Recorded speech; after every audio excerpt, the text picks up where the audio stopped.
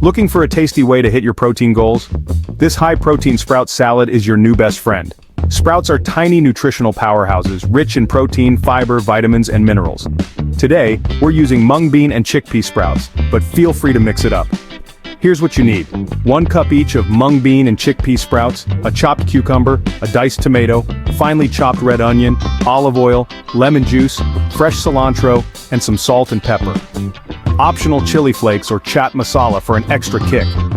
Start by chopping your veggies and tossing them in a bowl with the sprouts. For the dressing, mix olive oil and lemon juice, then pour it over the salad.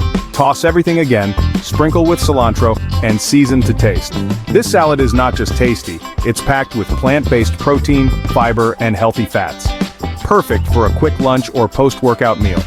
Give it a try and let us know how you like it in the comments, and there you have it, a simple, nutritious, and delicious high-protein sprout salad. Don't forget to like, subscribe, and hit the bell for more healthy recipes.